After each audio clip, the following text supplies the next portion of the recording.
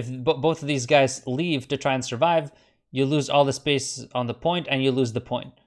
But if one of them knows that you're going to come in with a nano, he can buy time, the diva, or actually that's the rest of it. But one of them can at least buy time, and maybe you can hold the point. So you can see just communicating this little thing, how much that would help you. And, and then the biggest thing is you're not calling or doing anything when you're dead or when you're walking back into fights. And that's where you need to do most of your thinking. How am I going to use my nano? Who will I use it on? Judge the fight, update numbers. These are the things you should be paying attention to. But it feels like most of the time when you die, you just shut down and you don't really think about the game, right? Like you're just kind of walking back. Yeah. Right, like you see, they're critical. But if you would have called it, both of them would be here, right? Just by calling, peak main for heals. Yeah. Very simple, very simple calls. It's not, you don't have to, because I remember in the first round I was like, well, what should you call it? And you made like a 2 or 3 sentence call. It's not that complicated. These are very simple. Mid fight calls especially are very simple. Peak main for heals. That's it. That's all you had to say.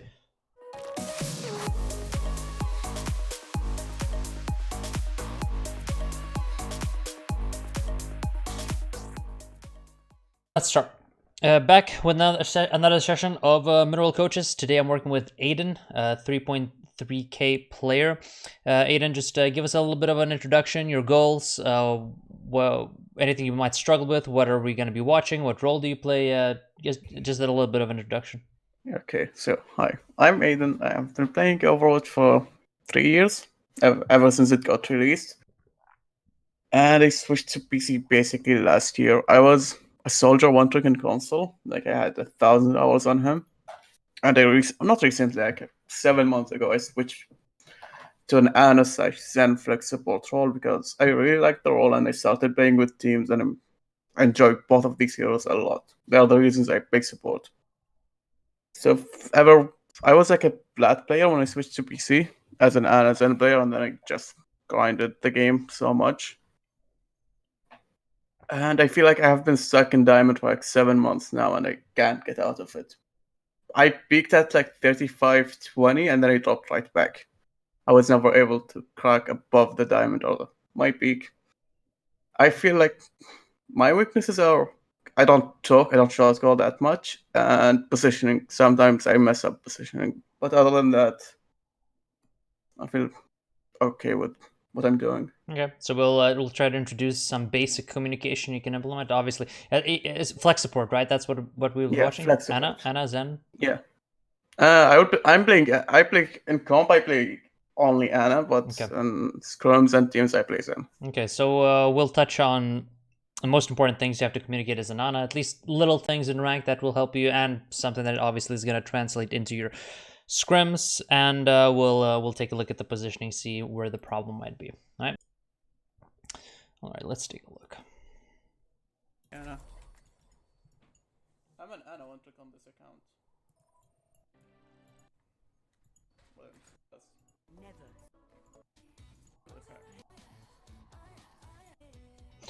So do you generally, as you're walking out of spawn and stuff, do you try and think about what your job is going to be? Like if there's anyone specific you're going to have to focus on as an Ana? I'm not really. I try to see what the enemy have to adjust my play, but yeah. But based on your comp, I think about nano. Yeah, very important. Who needs my needs? Like if I need to need someone, like a tank needs it. Yeah, very good. Even before you get nano, especially when you get nano, but even before you get that, or as you're approaching to it, or even in spawn, to think about, okay, who's probably going to be my nano targets with this composition? Obviously, no clear, terrific target, but if you would have to rank these players in terms of who you want to rank. Who you want to nano, sorry. Hog first, Diva maybe second, and then Creed third. Why? Hog gets a lot of value from nano. He can take more space, and especially with his ult, if you combo it, it does a lot of damage. With Diva, you can sustain point with it, especially if you nade her. She can like 1v3, 1v4 and take a lot of damage and still have the point. If he's bobbing off and clicking heads, he can do them better. Yeah, well, mostly going to be one of these three guys. I think it's going to be very situational who you use it on, which is why it's very good to put it out there. Obviously, if you have Nano Hog, decent one to use on, especially if there isn't a lot of CC on the other team. D.Va, you generally want to only nano her when she has boosters and she knows that she's going to get the nano, so maybe she can kill catch someone, or if it is to just, like you say, save time on point and look on the point. And then obviously McCree, if you know that he has good angles, also someone to consider. So we'll see how your nanos work out. And that's why it's very important to put it out there in terms of your nanos. Because what we talked about in terms of communication, right? Very important. As you're 70-80%, you're already making plans and you're putting it out there and you say, I'm going to probably nano you or you, and then maybe they will take initiative. Yeah.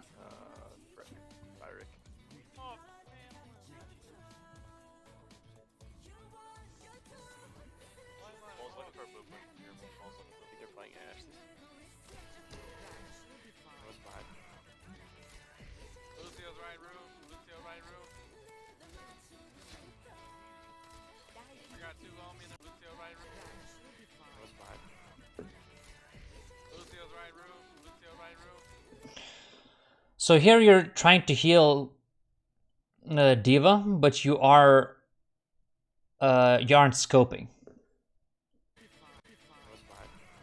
Yeah. Do you have? I didn't want to scope because of the snipers. Or yeah.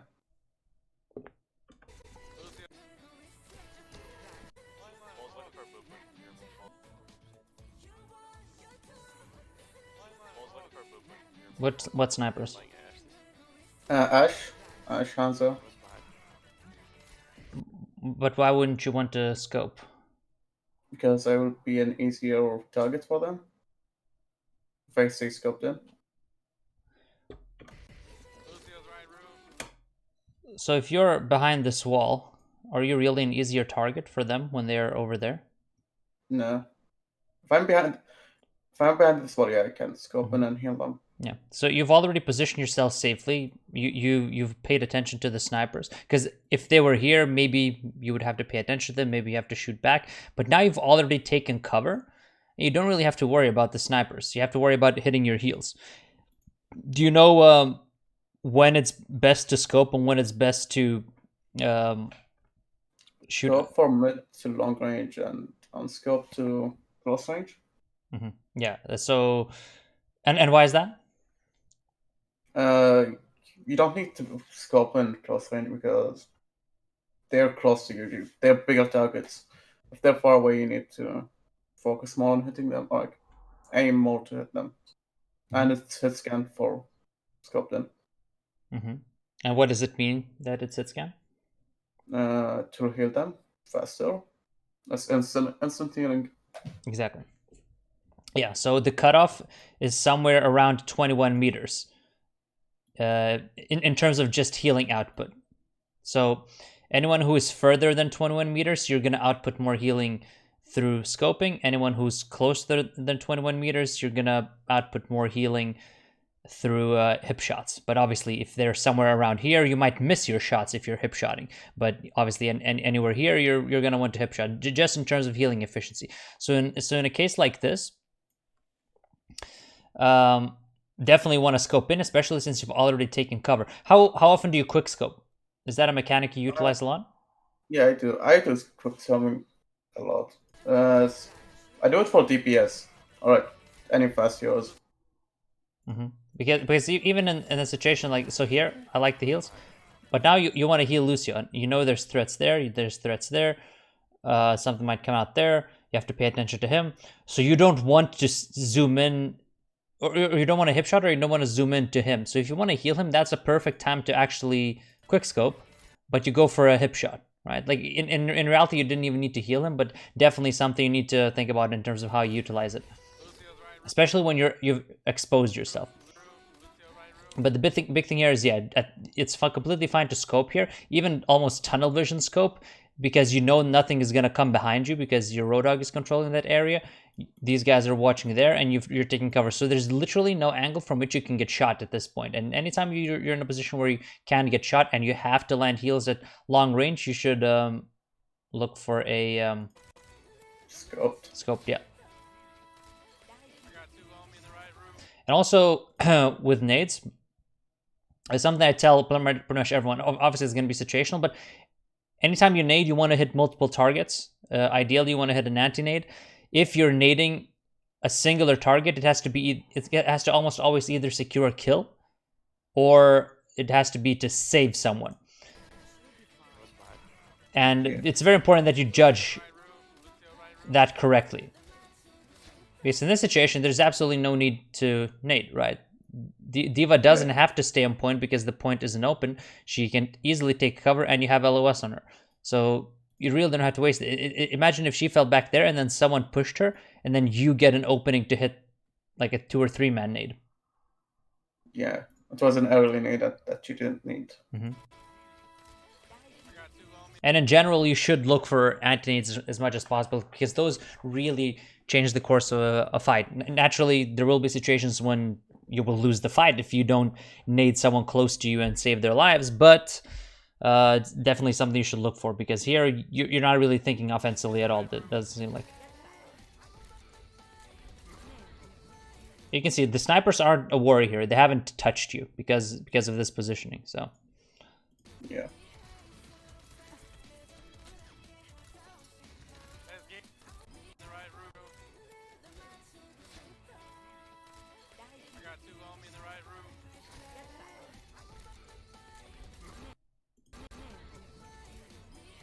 Imagine if you didn't waste your nade on the point. Maybe you could have stepped in here and naded the Winston and your McCree and maybe saved both and maybe traded this kill, right? Yeah. You can see significantly more upside. So very, very important that you don't waste your nades in situations like these, especially when you're playing against heroes who can dive you. So obviously they have double sniper, but they also have dive tanks. And anytime they have dive tanks, you want to, before you use your cooldowns, you want to make sure that you're not going to have to use them defensively. You know, so if the Winston jumps there, in the beginning, you know that you have more freedom to use it offensively because he's gonna have a cooldown before he can jump you. But if they have dive tanks, whether it's Hammond, whether it's Winston, whatever it may be, unless you've seen them already commit gap closers somewhere else, you should be a little more conservative with it, especially if you don't absolutely need it. Yeah.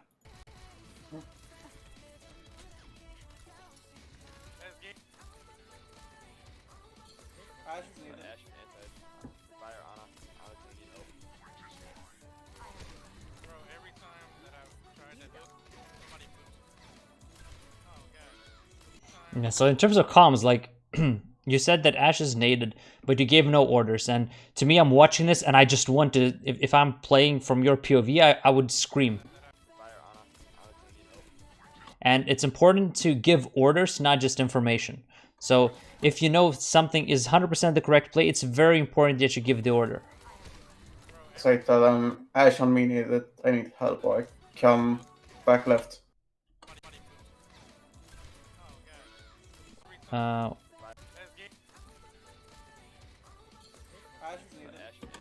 Ashe is naded. What does that mean? If I'm over there and I'm fighting, Ashe is naded in a calm voice doesn't say anything to me. But for you, if you actually kill her, you have so much more freedom. You can turn the fight.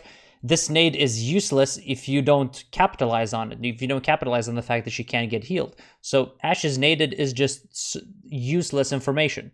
But if you say, Ashe is naded on me, kill Ashe, or something. Or Ashe on me, kill Ashe. You don't even have to call the nade. You give an order. Maybe your D.Va immediately turns around, comes and helps you and kills her. Right? Yeah. Because now, you know, like all of these guys could have helped. And now, if you wouldn't get the health pack, maybe you would die. Right? Like if the health pack didn't spawn in time, you would probably die simply because you didn't use your teammates. And it's very important to use your teammates, especially when you have so many high mobility targets. Any one of these 3 guys could have come over and just finished that Ashe off. You would be completely safe. Even here, your heals wouldn't have been blocked off, you kill her, so it doesn't really matter. But imagine if she didn't take the duel, she just fell back and maybe killed your Lucio, killed someone else, right? Because she should be dead when she makes that play and when you nade her. You commit so many resources, so it's crucial that you also commit the vocal resources and set yourself up to win this fight in an easier way.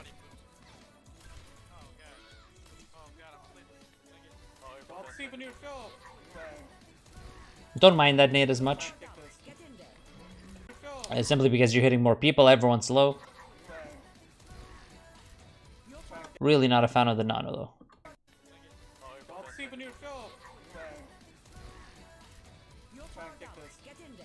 Simply because there's essentially only the 2 people there. I mean, it's not terrible. I guess if he dies, yeah. I mean, he's still grinding the fight. Yeah, it's whatever. It's not that big of a deal. Actually, you haven't even won the fight yet, so it wasn't that bad. I just misread it. So same thing here.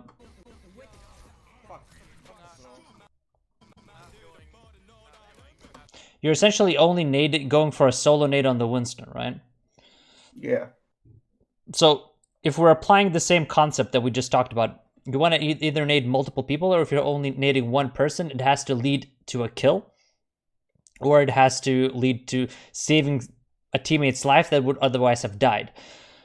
Now, even if you hit a nade here on a nano Winston, do you think your team has the resources to finish him off? No, we don't have the damage to kill him. And he's nanoed.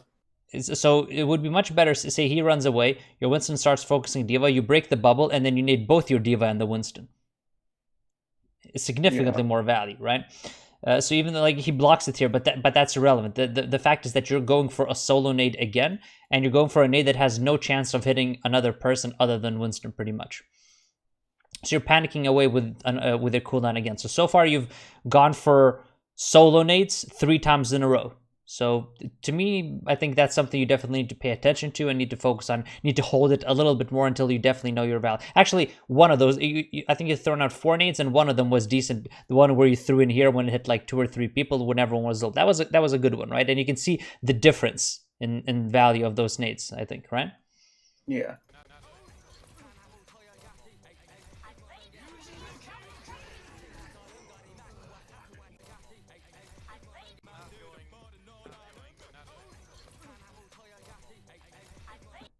Yeah. So in terms of positioning, your position there was much better, at least further back. Why was it better? In here? No, before, in the beginning. Why is this the bad position? Because I'm more open to the enemy team and they can easily access me from left side or right side. I don't have much cover. Exactly. You have no cover, you have no health pack, and also you know that there are people there, but you're exposing your hitbox and you're scoping in on a Lucio without so the difference that we talked about back there, you were like, well, if I scope in, I'm gonna be in trouble, but you wouldn't have been, because you're taking a position that covers you from all angles, so you can take that risk. Here, you don't have that luxury anymore, and you don't have the health back, so you simply can't do that. But even if you played that position, you would still be able to heal Lucio, right? Like, you still have LOS over all of this, and you still have the health back, right? Yep. And he also would have to, he would be able to react to this much better. Maybe he wouldn't even go for you, but if he would go for you, you would have still a health pack to play on, and you would be able to back off, and he might not even reach you with his first dash, and you might be able to tank an extra hit. So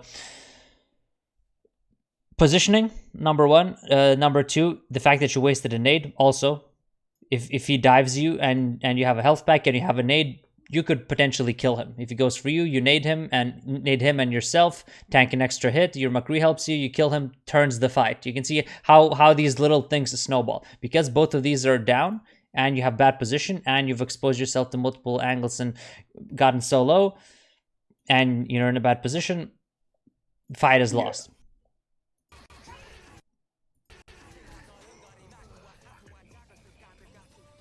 Like, for any Genji that is playing against a good Ana, he's gonna be very queasy about engaging, even with his blade. Like, he's gonna go for it, but he's not gonna feel very confident if he knows that you have cooldowns. But if he sees that you waste a sleep, if he sees that you use a nade, he's gonna go immediately. And especially at higher levels, the Genjis 100% pay attention to that. He sees you using the sleep, he knows that he won't have to deflect. Right? But if he knows that you have both your cooldowns, he's probably gonna dash in, slice, then he's gonna have to predict your sleep and deflect it. And even if you don't use it, if you just hold it, that threat and him knowing that you have the sleep is makes him more careful. Yeah, it just gives you a much bigger edge and more room to outplay. It buys you time.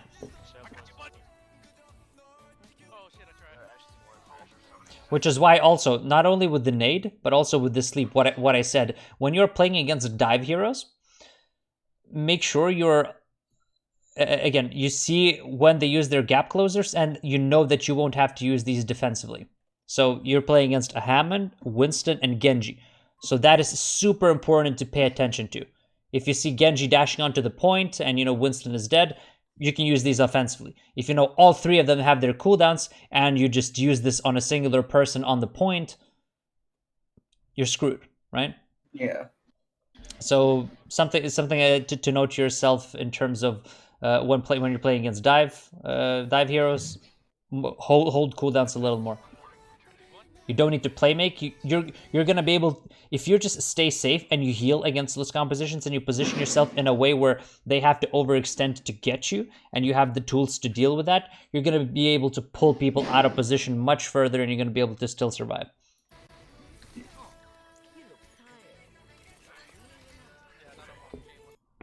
Again, solo nade on a ball that you can't secure. If there were more people here, maybe. I just went in and they didn't see my teammates, so I just threw them and came back.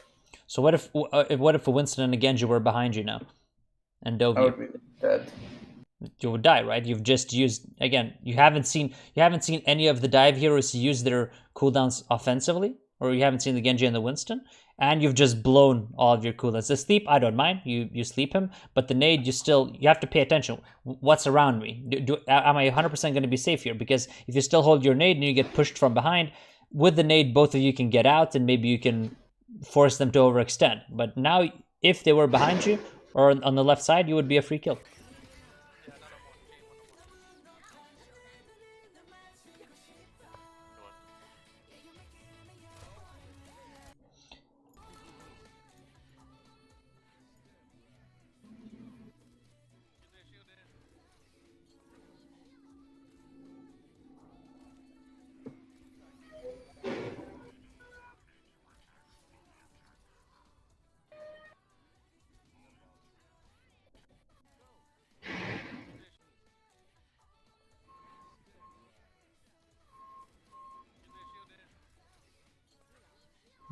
Just a little bit of a late reaction.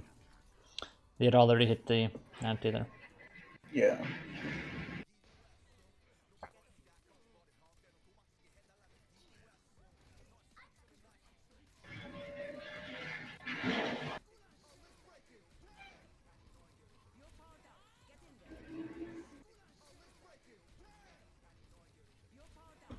You see what I mean? You put it on the D.Va here, I think, right?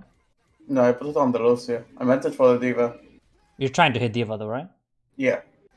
So this is what I'm saying in terms of, you have to... Here, you're walking up, you have 70%, already think about who you're going to use it on and call it out. And when you're getting even closer here, I almost have nano, D.Va, I might use it on you, right? Yeah. Because even if you would have hit it on the D.Va, she's shifting out. So she's just gonna, even if you hit it on her, the nano in this instance on the D.Va is just as useless as it is on Lucio, because she's just gonna be stationary here. She's not gonna be able to do anything. If a second before she uses her shift, or 2 seconds before she uses her shift, you say, I'm gonna nano you, D.Va, she's not gonna use her shift. She knows she's gonna get the nano, and then she's gonna go for a kill. And that is gonna create a ton of space for you. You're gonna be able to take that area. You're going to be able to look for nades. You're going to be able to make plays. But simply because you don't communicate that, even if you would have hit her, completely useless, right? Yeah. Was it not good if I combed it and sold her? Sorry? Was the nano good? If I hit the D when I told her I was going to nano you? Yeah, I don't think it would have been bad. I think in this instance, probably the best case scenario. So I think you do read the situation pretty well. McCree not really in a position where he has a lot of space. You know, say people were fighting on the point.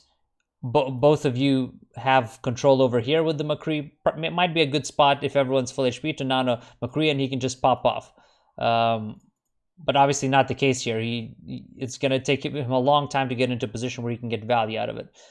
Unless obviously they dive into you and you want to save him, and then he can kind of turn that fight with a nano. But yeah, and then in this situation, I think that's correct. And she can push in there, push them off, and then you guys can move in after her. So yeah, I think it wouldn't have been bad. But you have to call it, otherwise you're just putting the diva in such a shitty position. And it makes your life easier if the diva is a talker and she talks. She would maybe respond. Okay, give it to me, right? Like it's very basic communication. Maybe she wouldn't, but at least by communicating, she's either gonna listen to you or she's gonna listen to you and respond, which is the best case scenario. Yeah.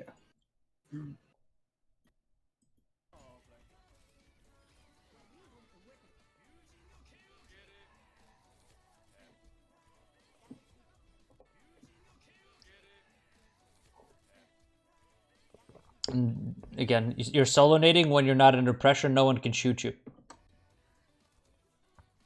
And you had only lost 70 HP.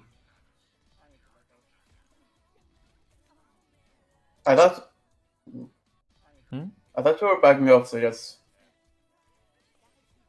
Yeah, but Genji is in your spawn. What if he comes in here and then you nade him here and you can kill him, and then he is the last death, and then you guys can take the next fight 6 versus 5, right? Yeah. But if you nade yourself and you go here, now you have no cooldowns again. Well, you have your sleep, but if you miss your sleep, maybe he kills you, and then the snowballs, and you just lose the fight. Like, you can see how not wasting it, holding it, and making sure it's a good one, there are scenarios in which you could win. Or at least have, no risk, higher reward. Yeah. Even if you don't do that, even if you go here, you can nade her, and then maybe he goes in and kills her, right? Yep.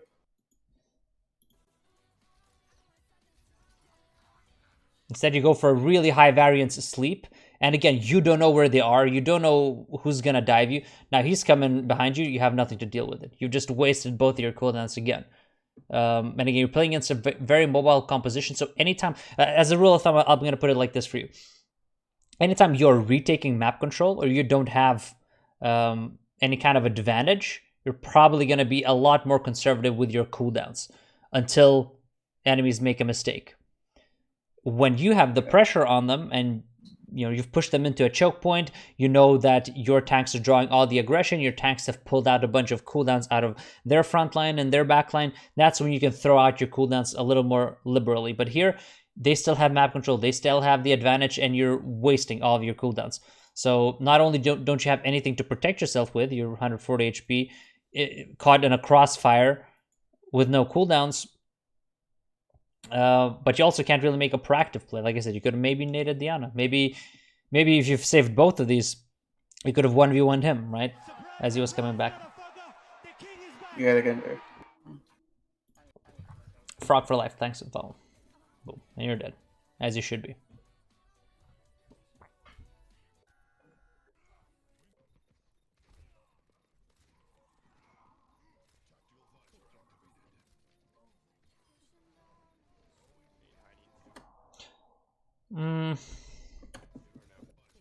I don't 100% mind it because you get to the kill, but I also think in this situation he has no chance of getting out anyway. There's a nanovisor pushing into him and he has nowhere to go, right? Yeah, and I could have shot him. Yeah. Even if you don't do anything, the soldier kills him. And then imagine how sweet it would have been if you could have saved the diva, perhaps. You save her, you probably get to like 75%, 80% of the nano. Fight drags out, you're in a 6 versus 5, you get nano, maybe you guys can clutch it. But she gets demeched, so this is kind of a 5 versus 5.5. Or if you had the nade to clear the mines, right? Yeah. So in this whole sequence, you're retaking map control So you want to be more conservative. Because you can see you used it, and then immediately 3 seconds later, there are two situations where it's more ideal to use them.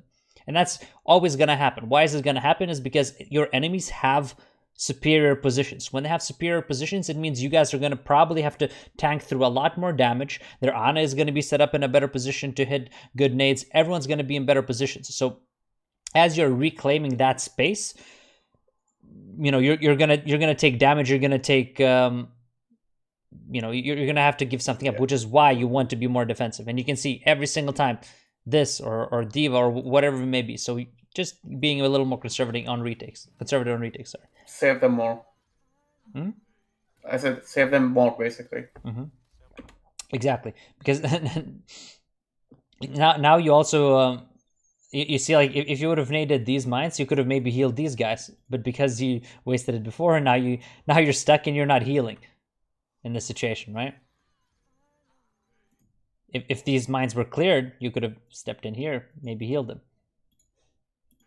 Yeah.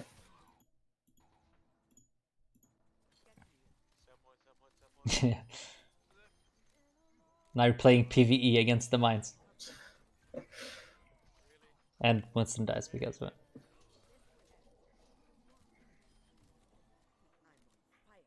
Okay, let's see how you do in control now. Ooh, so you gamble with that sleep a little bit, I think. Yeah, it was a YOLO. Yeah. Not something you really want to do against Hammonds. Or anyone in general. Like, you can just play it safer. Especially since he's not flying. Like, if he was flying right above you, it's somewhat easier. But he's flying, he's just switched direction. So yeah, you could flick and potentially hit him, but much easier to shoot out the sleep here now. Because you see, now he's triggered his pile drive. You know he's going to land here. So if you time it and shoot it here, probably 5 times as easy to hit it. Right? Oh, yeah.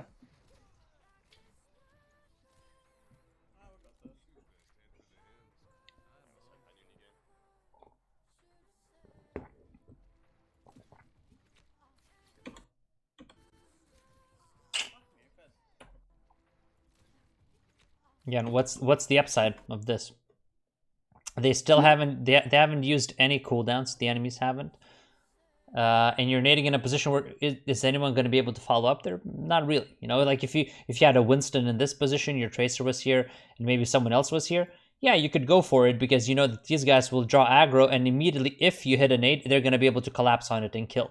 Even if you hit a nade here, there's like 6 of them there, and you only have a Tracer. So very, very low upside with this nade, right? Yeah. And then if you take damage, you can't nade yourself, you're dead. So I go and make a play when I shouldn't. So I don't really, again, because you have map control, I don't mind you using nades like this in general.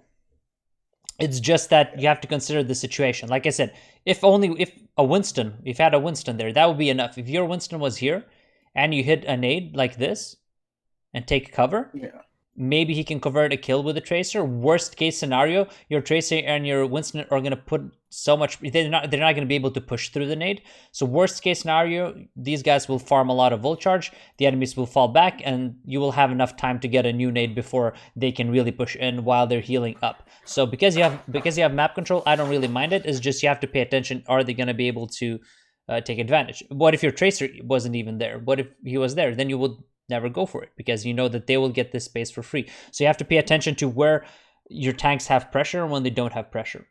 Because even though you've won the fight, you don't have much control here at all. And also, yeah, you want to make sure you're able to take cover. So you could, if they're shooting back especially, you could potentially take cover over there. You have a Mega and so on. Obviously, it might be dangerous in certain situations, but yeah.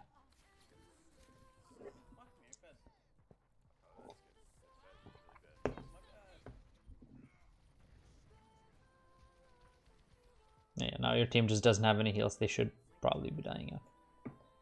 And here I'd be calling, you know, I'm coming back with nano, It doesn't really matter now because everyone's just dying out, but still very important that you keep communicating this for the reason that we talked about. Because you guys could have easily turned this. If you don't make this mistake and you have nano, you guys could have easily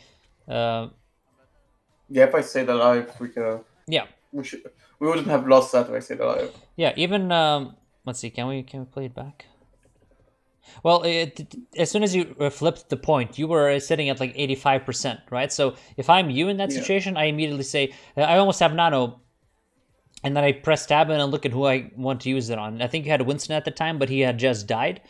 So I would pay, if that was your emphasis, you would see, oh, okay, I'm going to probably use it on Winston, wait till Winston gets back, and you would be paying attention that he's actually coming back from spawn.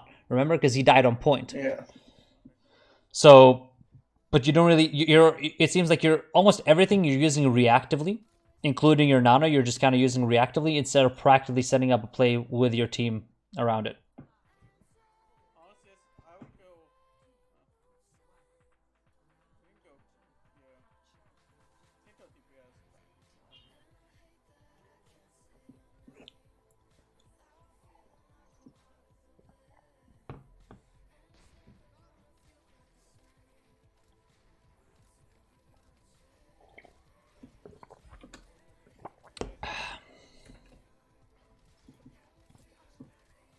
So what do you think about your positioning?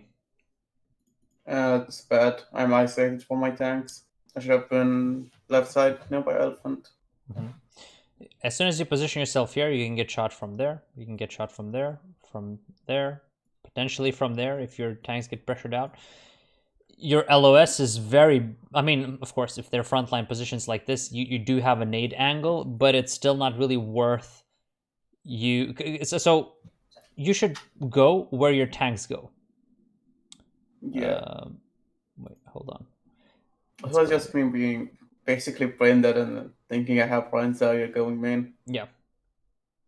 But even in the previous stage, when in the end where you died with nano, you just default to the high ground without paying attention to where your tanks are, right? So like if I'm you, I'm looking at, okay, where's my Winston? And based on where my Winston is or where my Reinhardt is or whatever the main tank we have, that's where I can position because they're controlling that space. So I'm safe from that angle. It's going to take a while for the enemies to push that target away. Same thing here.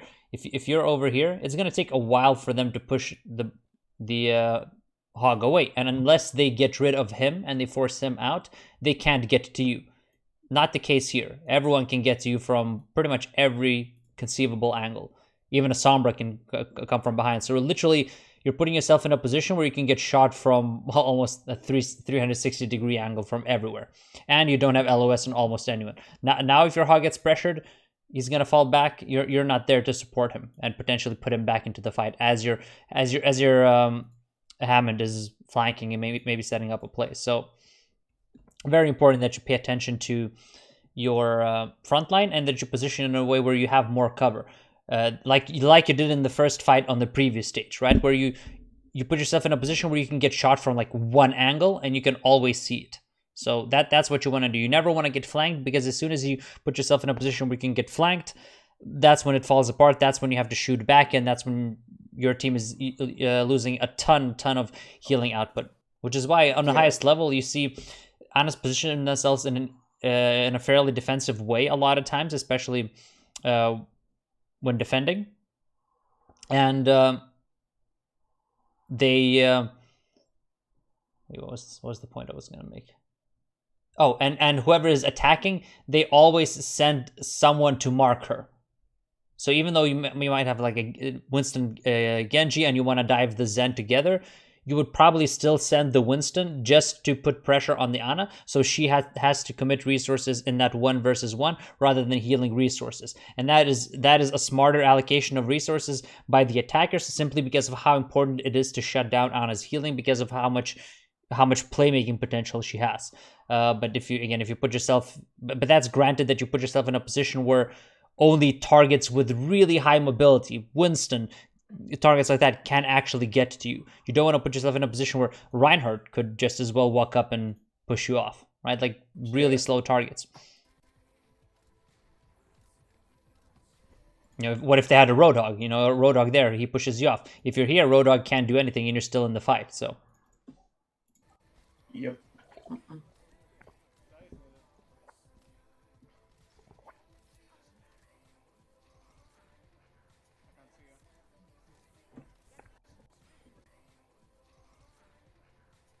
And you hit a nice offensive nade. It's just that your team was too low to really capitalize on it because they were out of heals for a couple of seconds.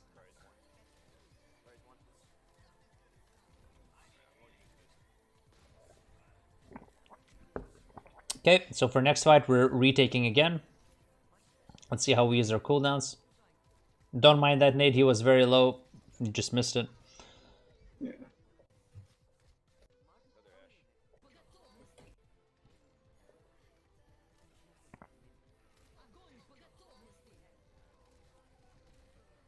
Unfortunate. Nade blocked. Boom. Immediately as I die here, I go, okay, I have nano for next fight. I immediately press tab and think about who I'm gonna use it on. And I start communicating with my teammates. But you're just completely quiet here. So from now on, never ever don't end up in a situation where you ever don't call your nano.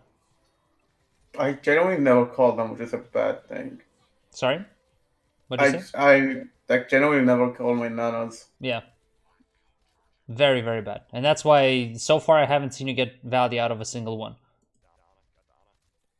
Like, sometimes it's going to be very obvious when you have a Genji with Blade, but there's a lot of comps that you're going to play where, you know, it's not as obvious, and it's also dependent. See, like, now you have a Doomfist. So if a Doomfist is standing here and he has all his cooldowns and he knows that the nano is coming, very good. But if he's taking damage and he gets nano without knowing and he's already made up his mind that he's going to jump out, complete waste. So especially when you're not comboing it with another ultimate, very important to be vocal.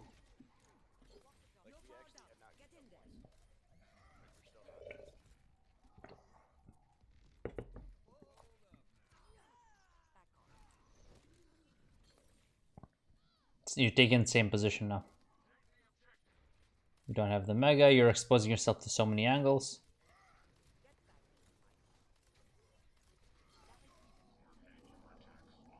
Like, you could easily, like, even though you start here, you could easily migrate as soon as the Reinhardt is pushed on. Actually, Reinhardt is controlling that space. Never mind. Never mind.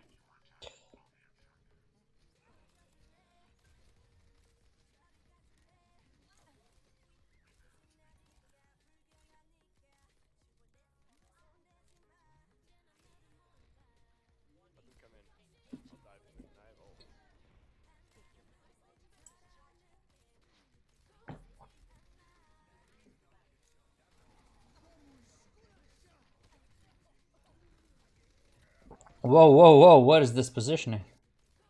Yeah. I was frontlining. I was looking for an aggro nade and frontlining. So if you want to hit an aggro nade, what would be a safer option? Left side. From here, you mean? Yeah. Yeah. So you have two options. You can either wait till they push up here and hit the nade off here, or you can flank and hit it there. And if they are pushing up the stairs, this is going to be an excellent nade angle. Just like in the beginning when you were here and the Reinhardt was here, you hit a very nice nade. Same thing here. Anytime they have a shield tank like that, you're going to have the option to make those plays. But you never want to push in like this.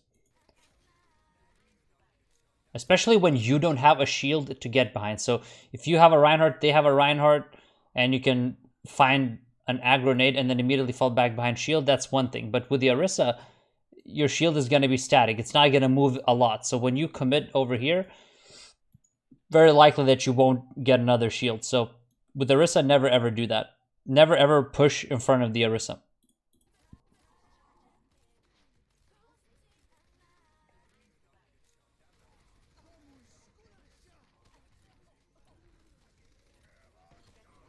Yeah.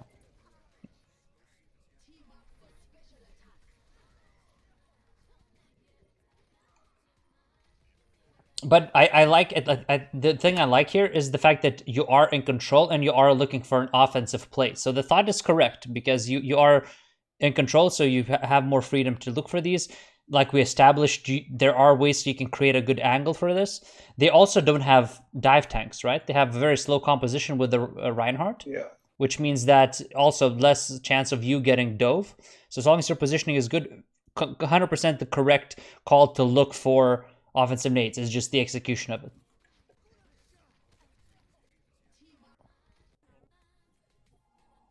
Yeah, and I'm coming back with nano, peak main for nano. That's what I would be calling here. Because you see that so many people are critical. So this guy might go to the mega, or this guy might go to the mega, but if they know that you're coming back, maybe they will peek you main and get the nano. Or maybe they will peek main and just get heals, right? Yep. And there's absolutely no way for them to know where the heals are going to be. The only thing they know is that they're low, they're taking damage, and they have to take cover. And if you can maybe... And they don't have a hero. Sorry? And they don't have a hero. Yeah. Like their hero is dead. Yeah, but at the same time, and if both of these guys leave to try and survive, you lose all the space on the point and you lose the point. But if one of them knows that you're going to come in with a nano, he can buy time, the diva, or actually that's the rest of it, but one of them can at least buy time and maybe you can hold the point. So you can see just communicating this little thing, how much that would help you.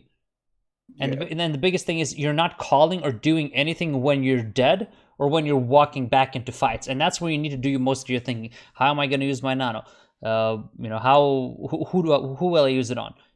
Judge the fight, update numbers. These are the things you should be paying attention to. But it feels like most of the time when you die, you just shut down and you don't really think about the game, right? Like you're just kind of walking back.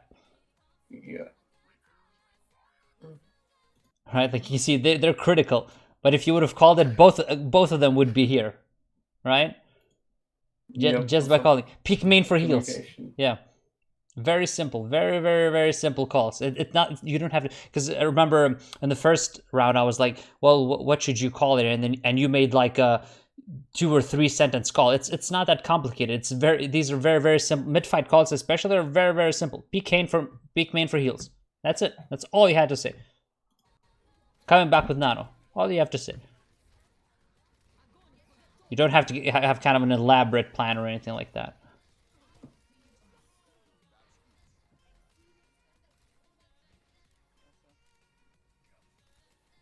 Okay, let's see how you handle your nade here when you have control.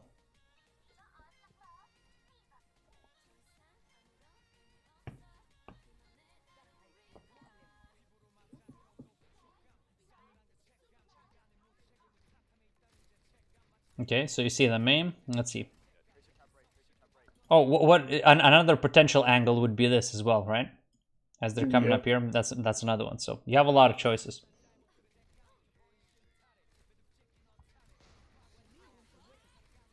But you use it defensively in your tanks.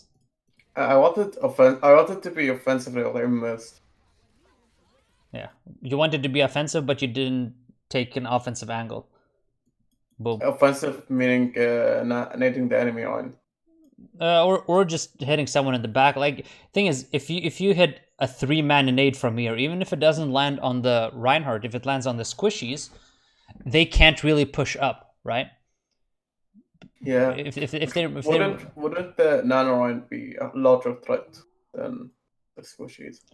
Yeah, but if their Reinhardt pushes up with the nano and your McCree is here shooting them from here and you are in here shooting them from here with the and you've hit a 3-man nade, then you probably still win the fight, right?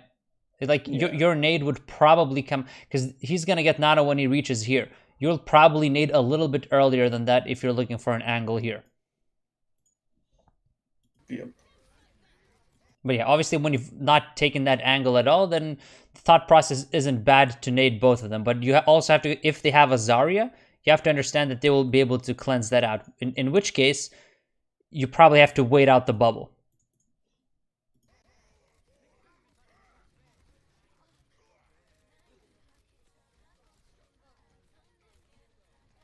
And that's another way to think about it as well. Because you say, well, Reinhardt would probably be a threat. Imagine if you look there and you hit Reinhardt and Zarya, or you know, Zarya and someone else. Then instead of using their Zarya bubbles here, they would have to use it to cleanse your nade over there. right? And then if he gets nanoed but they don't have a bubble, you can easily sleep him. All of a sudden, not that big of a threat because you had a proactive mindset and you got a lot of value out of your cooldown. Make sense? Yep, it does. Yeah.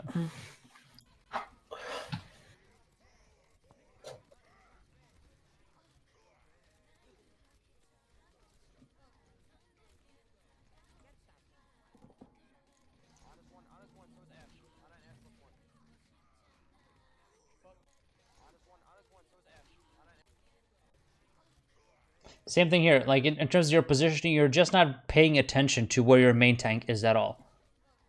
So you have to think about where. Usually, when you play Orisa comps, this is going to be Orisa. This is going to, and you're going to be somewhere here. You know, maybe some of your DPS are going to be here, but this is the area in which you are maneuvering. So if the Orisa moves here, this becomes your area. Usually, you know, maybe you can extend it. You can extend it to this to look for offensive nades potentially, like we talked about. But really, this is the area. This is how you have to pivot. She moves to here. This becomes your area. So in the beginning, this is part of the area. Now this is the area, but really, obviously, she won't stay there. She will go there again, which means this will be your effective area, right? You can maybe go up here, but that's basically where you need to play. Yeah, the left side area would. Sorry? What about an off tank? Can I just stay behind them? I know they don't take the same space, but they do take space. So sorry, what was the question? Off tanks. Mm-hmm. Can I just stay behind them for like cover? Sure. I mean, they're not as reliable as main tanks. Orisa, I think an Orisa shield here is much more reliable for you than a Roadhog standing here who maybe gets slept and naded, right? If it's only a Roadhog, like he's not going to hold that space as reliably, but sure, better than nothing. Yeah. But often, you know, you get the point, right? Like if you go main, but your Orisa is on the left side, you will never be able to walk up the stairs. So you won't have an angle on her. You won't have an angle on anyone. You will just be playing below everyone with very, very bad sightlines. So always try and pay attention to where your tanks are, because it's not just with the Orisa. It's also what we talked about on the first stage when you died with a nano. Your Winston wasn't there, and if he's not there, then you can't. It's not as safe to stand where you stood when you had killed Badiana and when you went for that offensive nade. But if he was there, 100% fine to stay there. So try and in general to fix your positioning. Just pay attention to where your tanks are. Spyla says, big fan of Aiden. He's a smart dude. Tell him I said hello. Oh, hey Spyla. So yeah, like in this case, you are using her, but it's just, you know, it's not as reliable because if she gets slow, she might fly away at any point, right? Yeah. Or she might get slept. Much harder to sleep on Orisa than it is to sleep her. I don't know if there's nano on the board for them, but still, the concept's the same. You can't really get hit by the dynamite as easily. You know, damage is gonna slip past her more than it's gonna slip past her, which is why if you were there, you probably survive and you can close this out much cleaner without you dying.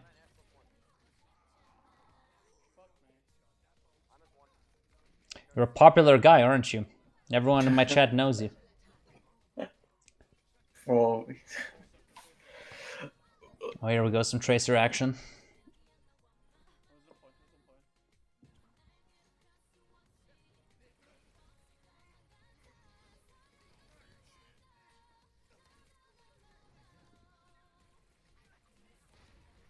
I like how you mid clip you press tab. You press tab, yeah.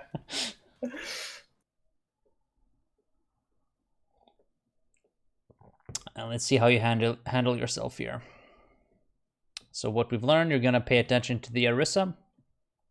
You're gonna be smart with your cooldowns. You're gonna hold them a little bit in the beginning until you can make a better judgment on their comp and whether you need to use it defensively or offensively. So far, you don't see anything. You see a Genji, you know that he's dashed away, one of the threats removed, so immediately you can go, okay, now we're controlling this space, we've pushed away the Genji, maybe I can look for an offensive play. Oh, did he get pulled? He got full hooked. Oh, okay, okay.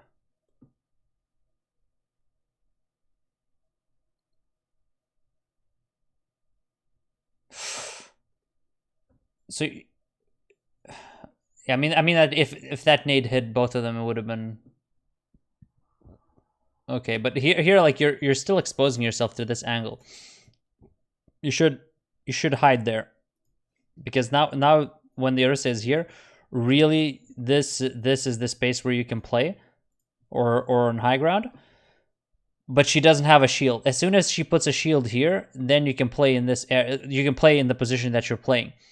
So while she is resetting her shield, you have to play safer as well, behind cover over here. Otherwise, if you're here and she's here, you can get shot at and easily killed, especially when you don't have a nade. So again, the shield not as reliable, and which is why staying on a high ground would have actually been preferential. You guys got the high ground for free, and when you go for this nade, you don't. There's no reason to jump down here. So another rule of thumb is Ana, and almost any hero, but definitely Ana especially, unless you're forced of high ground, don't give it up voluntarily. Check your beers. Thanks for thought. Because the thing is even if this nade doesn't land, maybe Orisa resets shield. Maybe they put their shield there. Maybe you can find a nade from there, right? And worst case scenario, you're much safer. You're much safer where you are right now, where you can take cover. Maybe you can flank with a nade there. Maybe you can just hide there. You can drop at any point, but you can't get up on high ground at any point because you don't have the ability. You're not Batiste. You're not Lucio. Yeah, but there's like no danger for me in high ground. Yeah, since they're stationaries. Yeah, exactly. So anytime you guys have to fight hard. Usually you have to fight hard for high ground, but if they just give it to you for free, do not give it voluntarily. They've just given you a big advantage. Because now it's tricky for you. I mean, it's not tricky. You should take cover behind that. But even if you are hiding behind there, their pull hook is going to be up any second, and they will kill you, even if you were hiding. So a high ground, much easier for you to counteract that.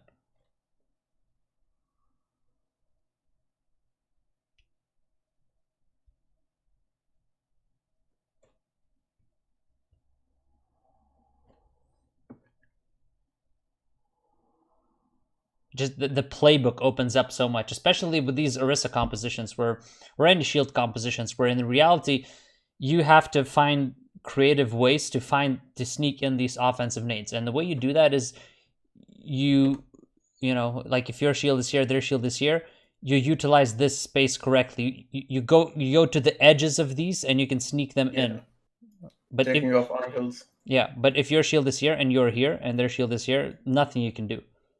You're just a heal bot, and if you're a heal bot, you won't be as impactful. If their Ana does what you don't, then you know they're gonna win. They have the edge. Yeah, exactly.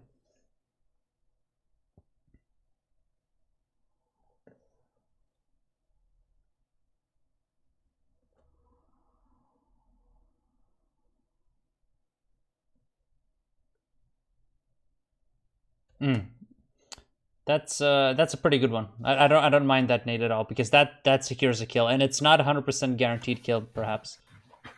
It was a 2-man nade as well. And yeah, exactly. It's a 2-man. That's 100% true. So I love that nade. That's very, very good nade. And I like the nano reactive nano to say Doomfist. I've muted the comms now. I'm pretty sure you didn't call it. Yeah. I'm just telling you from now. I don't call my nanos. I should do them. I've been doing them more on scrims. I just don't do them in comp. Yeah, comp is where you build habits. Even though it's frustrating because people don't respond to you and you don't have that interaction most of the time, you're not doing it for them. You're doing it for yourself. You're doing it to build good habits, and it will help them regardless whether they respond or not. So now you have control, so you have more freedom to look for offensive nades. So I like the idea again. I just don't like the usage. Why do I not like the usage here? It was too early. So what should you wait for? What is going to be your cue to use? Enemy shield comes down and they start engaging. Exactly, because now if your shield is here, you have such a terrific off angle here, and they have Orisa. So if she puts her shield there, well, you're in no rush. You guys already have a shield. She's gonna put a shield here. You're gonna break it. They're gonna break it. You're gonna have a new one before they will, right? Because they're retaking. So if they put their shield in the doorway, it doesn't give you a nade angle, but also you're in absolutely no rush. If she pushes out and puts the shield there, boom, you win the game. So finding those angles. So keep looking for these nades, just better. You know, see your shield broke, their shield broke, yours didn't, and you still have a new one. Exactly what I just said. So no reason for it. And now you back off. You give up your excellent off angle. You're playing again too close to the shield, too ABC. You're playing like this was a Reinhardt, even though it's an Orisa. When you have map control, which you don't have to do. Much harder. Like now, you see, you see the angle. How awesome this angle would be.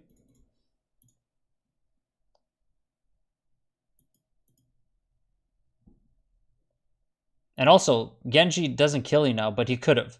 But if you are positioned over there, and they're all retaking from here, no way he even reaches you with 2 dashes. Right? He dashes up in the air, he dashes there, he still doesn't reach you as long as you start backing off when he dashes up. So, safer positioning, better nade angles. Better seep angle if he's dashing up. Sorry? Better seep angle. Exactly. Yeah, because again, you're playing on the low ground again. You don't see what's going on there. You're playing with limited information. From that position, you can see into main, you can see into here, you can see into here. You can nade them in literally every position. What if they faked and moved over there? You know, you might not be, especially if they have speed boost, a speed boost composition with the Reinhardt and they just rush point. You take options off the table for yourself through your positioning.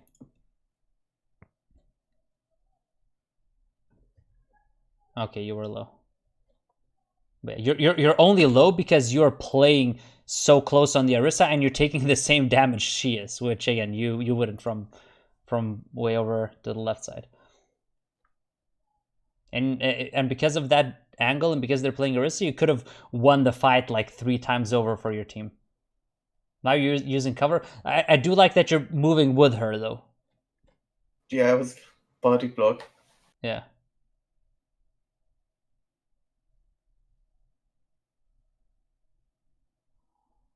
Such a better nade by them.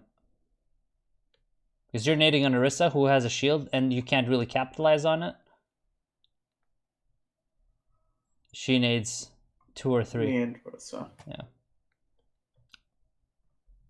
When they are ready to push up. Okay, 80%. Again, this is where you will be starting to call your nanos. I almost have nano. Who am I going to use it on? So let's see. Do you press tab here after you die? Okay, you do. So the new Aiden says, okay, I almost have nano. I'm going to have it for next fight. And then what do you say after that? How do you want to use it? Probably either nano whole hog or nano doom when he goes in. Yeah. And yeah, and you can make that play, right? We can break the shield with nano hog. Let's just go with the nano hog or whatever. Or doom I can nano you do if you want it. Right? Like you just put that information out there, they will respond, or at least they will know it's coming. Yep. Because that's another thing. Even if you know you want to use the nano hog, but say you end up in a position where your shield is here, their shield is here, both of you are shooting, and you nano the hog when he has no ammo and he's vaping, and then he can't ult, and that gives them like a 2-second opening to just take cover, and then the nano is completely wasted, right? Yep. Exactly the same thing that we touched on the with the diva. With the diva, it's much harder because you are to actually get value out of the nano. You're very reliant on your cooldown, but you also don't want to nano the roadhog when he's stuck in the animation, which is why, especially if he's talking back to you, he said, I'm gonna nano your roadhog, and then he's gonna be okay, I'm gonna call it or whatever. And again, very basic information, really not that hard. So now you're actually retaking, and you're looking for a very offensive nade. So Yes, it's not as punishable because they are playing a slow composition. They don't have a Hammond, Genji, Tracer, Winston to punish this. If they did, they would be able to jump you. But still, this is not something you can capitalize on. Still, like you guys aren't even regrouped at 6. You're just kind of wasted.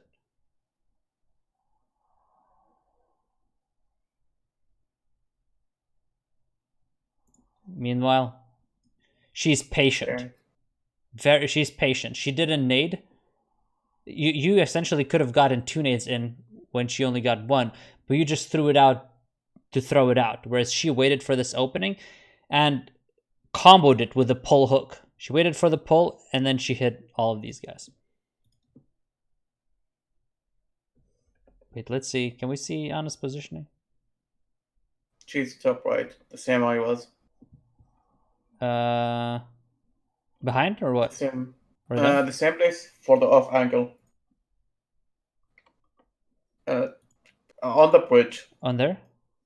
Yeah. Right side. And you know what I mean? Like when you guys are playing like this, if she was over there, she can't hit that nade either.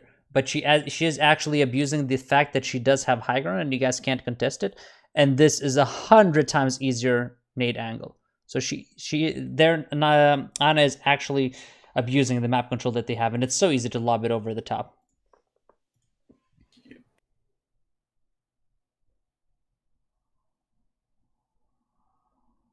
And now you nano him. Complete waste. He's vaping through the nano. Not ready to use his ultimate at all. Presumably didn't call it, so. And you guys could have easily pushed up top and taken the shield fight, because you can win the shield fight with a nano hog. It's just you guys are choosing to give this angle up by going main. And it's fine if you can get to the point before she takes this position, like what happened in the first fight, but if you guys are retaking, it's gotta be virtually impossible for you guys to retake through main. So again, another nano that really doesn't get value.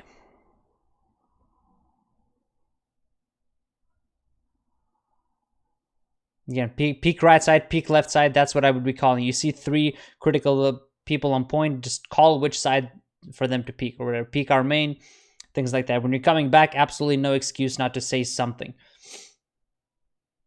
Gonna help you as well. Okay, you're paying attention to the other Orisa. You're positioning nicely here.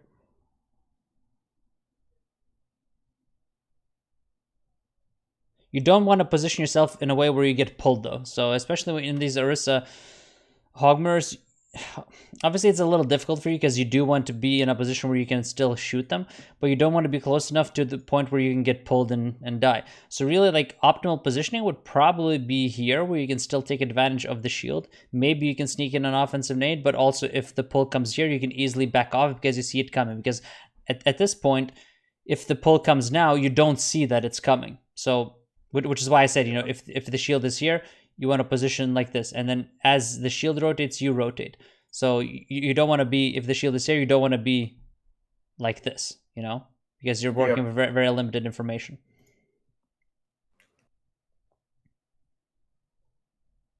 And now, now the shield's dropped and now I've pushed too far up. Now you have the information, but now you don't have the cover. And you could have easily gotten pulled there. If the pull was a little higher, you could have gotten pulled.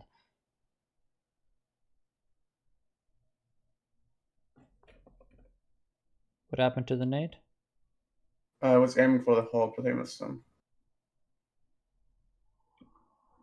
Okay, yeah. So again, is that nade on the hog going to convert a kill? If Orisa has halt, I think it would. Do you think it would? If she has halt? Yeah. Because I don't see it coming out for a while. So, yeah, it probably would. But what needs to happen for you to take that risk? For the nade? No, what needs to happen for you to be able to use this nade and for this plate that you just described to materialize? Communication. Yeah. If she says, I'm pulling hog, you can go for it. If she doesn't say anything and you haven't seen that she has used the pull for a while, you're just assuming. You're assuming she's gonna pull, that she's gonna pull hog. So you're wasting your cooldown based on the assumption that he's gonna use it on a solo hog, when in reality, unless they've communicated that they're gonna pull hook, he's not gonna do that most of the time. So yes, I agree. You probably secure that kill if she pulls, but if she doesn't, you're wasting your nade. A nade you could have used here to save and kill the Genji, to save your teammate and kill the Genji. So never assume like that. Or if you slept him here and waited a little bit and naded, that would have probably been fine too. But you need that communication. But you're right in the assumption that you probably secure that kill with the pull. It's just gotta add the communication factor.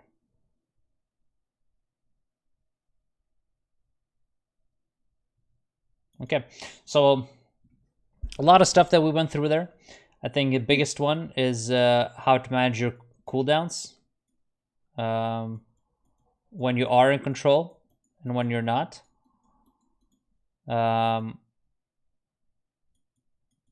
When you are in control, looking for these offensive nades, but trying to find off angles, right? Yeah.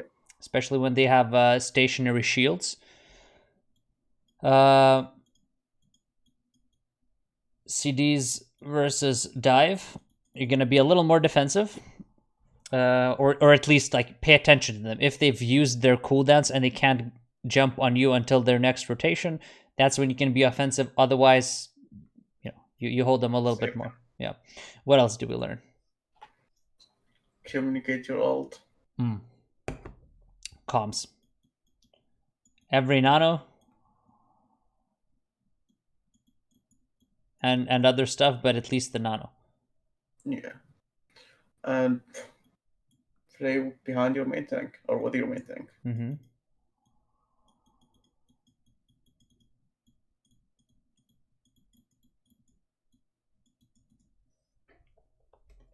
Anything else? That was a big takeaway.